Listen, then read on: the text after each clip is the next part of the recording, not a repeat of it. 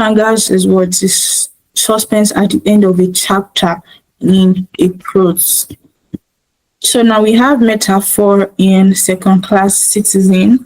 Buchi Mecheta uses metaphors to illustrate other struggles and aspirations. Example, what is metaphor?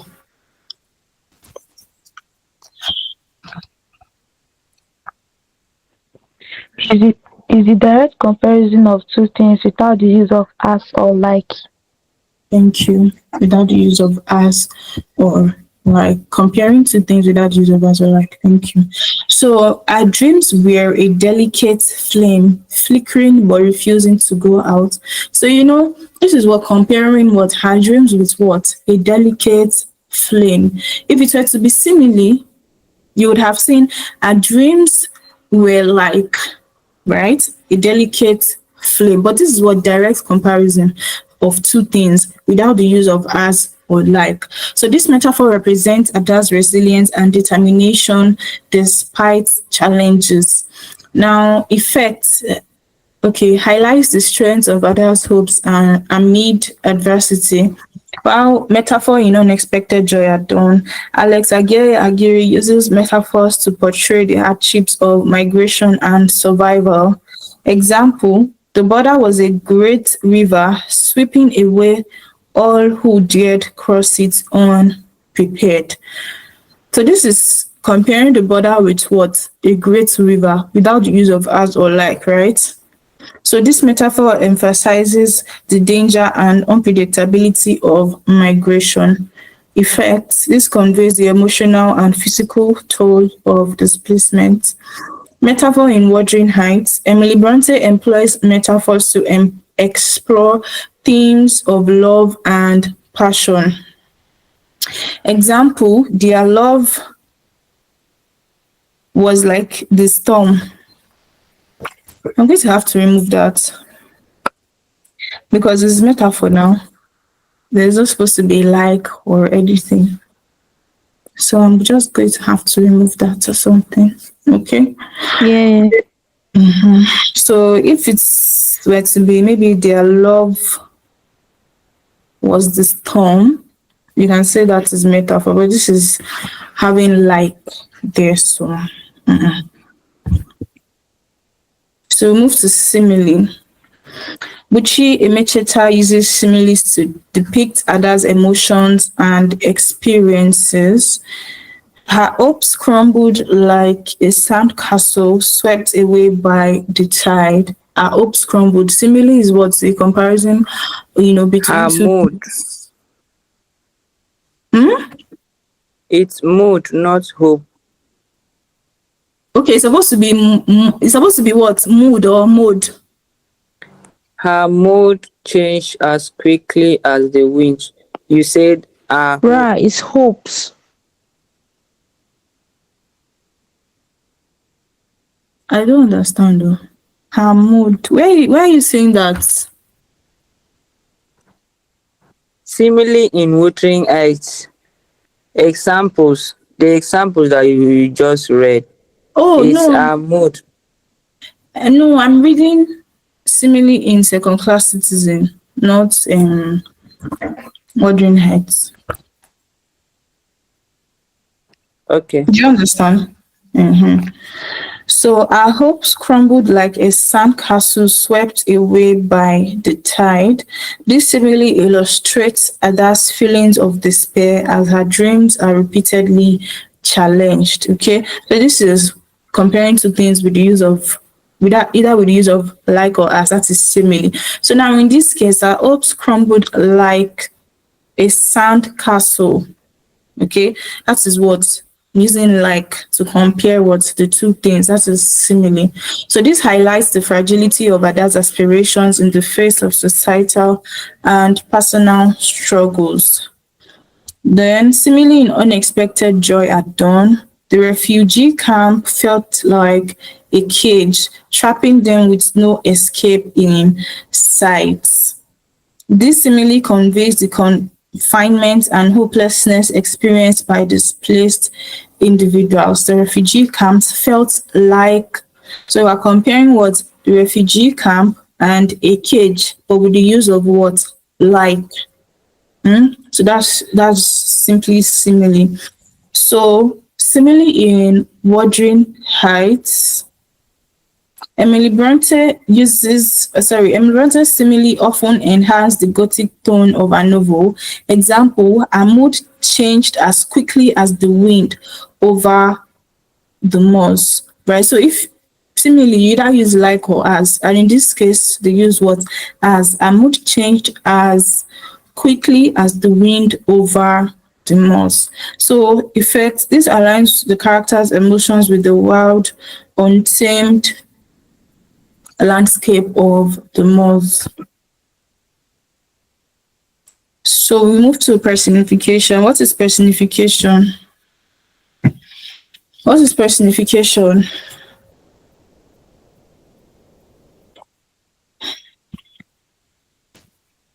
What is personification?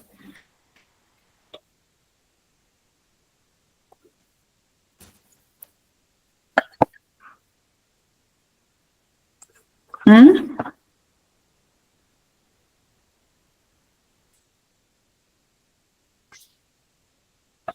I'm waiting. No. What's personification?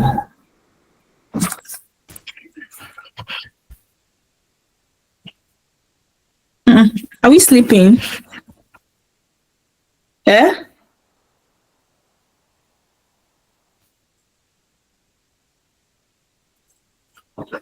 Are we sleeping?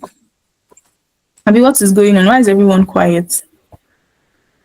What is personification? Yeah, now. Personification is giving I'm coming, please. Eh? Hey. Oh yeah, I'm waiting. Oh. Is Stuff like like giving characters to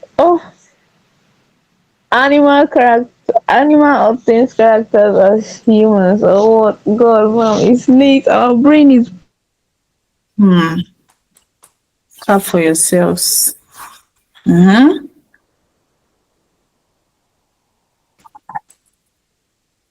Where is the person that said this coming? Where did you go to in the first place? So personification is giving personification is giving human attributes to non-human things. Okay? The sun is smiling, the sun is walking, the moon is walking, right? By giving what those things human-like attributes, even though they are not human beings.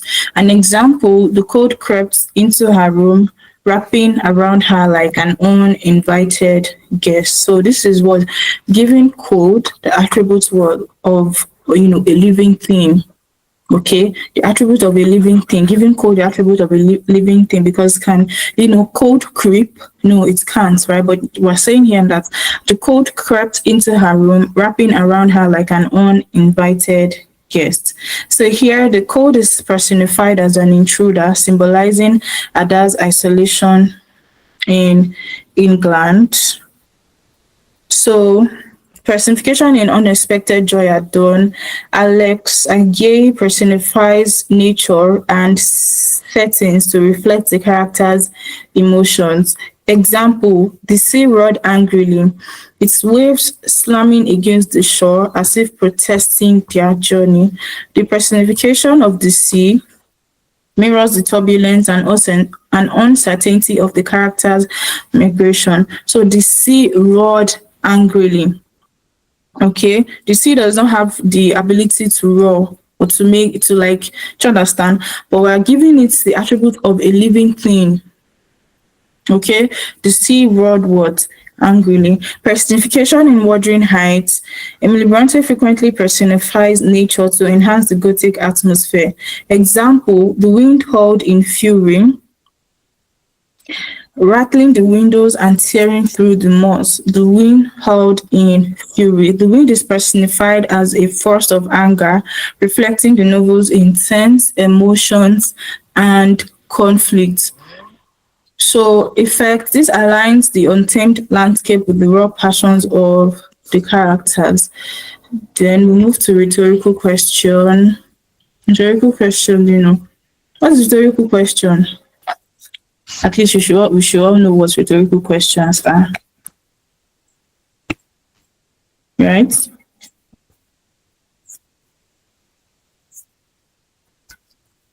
Rhetorical questions are those questions that answer themselves. They Okay. need no Rhetorical questions are questions that do not necessarily require, you know, an answer. Okay. So example, was this the freedom she had dreamed of or just another form of servitude? Right? We're not expecting anybody to reply. It's just a rhetorical, question.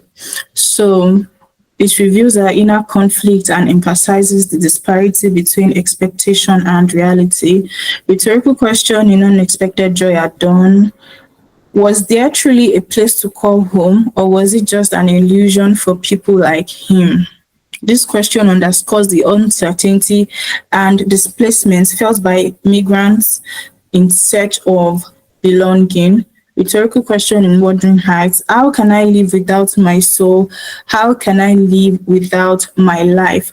These questions express despair and obsessive love, for Katrin. That is like obviously a rhetorical question. We're not expecting another character to come and reply and say, oh, you can live without your soul, you can live. Do you understand? It's a rhetorical question. Questions that do not require an answer.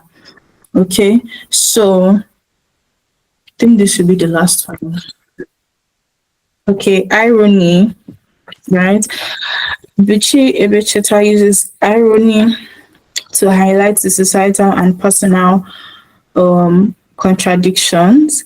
Example, England was supposed to be the land of opportunities, yet it seemed to hold only locked doors for her. So irony is like we have verbal irony, we have situational irony, we have dramatic irony, right? Verbal is when you're saying the opposite of what is happening. I gave an example during the last class. I said, imagine I had a bad day at work today, and then I come and be like, oh, I had such an amazing day today. That is verbal irony. Situational irony is when the opposite of what is supposed to happen is happening. Okay, so England was supposed to be the land of opportunities, yet it seemed to hold only locked doors for her. She was expecting England to be, a land of opportunities that, once you get here, you get your dream job, you start making money. Do you understand? You start building like 100 houses back in Nigeria and all of that. That was, our own expectation. That was the expectation of most people about the United Kingdom, but it was the exact opposite for her. So that is irony. So irony in unexpected joy at dawn. They were called refugees as if seeking refuge was a crime. The irony lies in the label refugees, which should imply safety, but instead becomes a mark of discrimination. So this is trying to say that, refugees are like people that are seeking refuge, right? Like, when did that become a bad thing, right? So refugees should imply was seeking safety, but instead it becomes a mark of discrimination, like, oh, you're a refugee, like you are not supposed to be here, right? That is irony. And irony in Wuthering Heights: Heathcliff's revenge brought him no satisfaction, only more bitterness. The irony is that Heathcliff's obsessive pursuit of revenge, meant to ease his pain, only deepens his mystery. So this is saying that, one would expect that Heathcliff, after gaining control, after gaining power over Wuthering Heights, after gaining control over Thrushcross Grange, right? He was, expecting that would like make him feel fulfilled.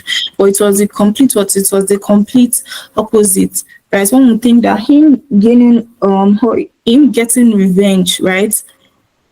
on every single person that he felt hurt him in the past to give him some sense of satisfaction, right? But it was the complete opposite for Heathcliff. So the irony is that Heathcliff's obsessive pursuit of revenge meant to ease his pain only deepens his misery. Okay, so I believe we don't have any questions. Or do we have any questions? If you still don't understand anything about techniques, go to um go to the previous lessons. You would always, you would see all the techniques there. Even for each book, for second class citizen, Wuthering Heights, Unexpected Joy at Dawn, the techniques are under each books. Okay, so if you feel like you're having any difficulty with techniques, which is someone trying to ask me a question?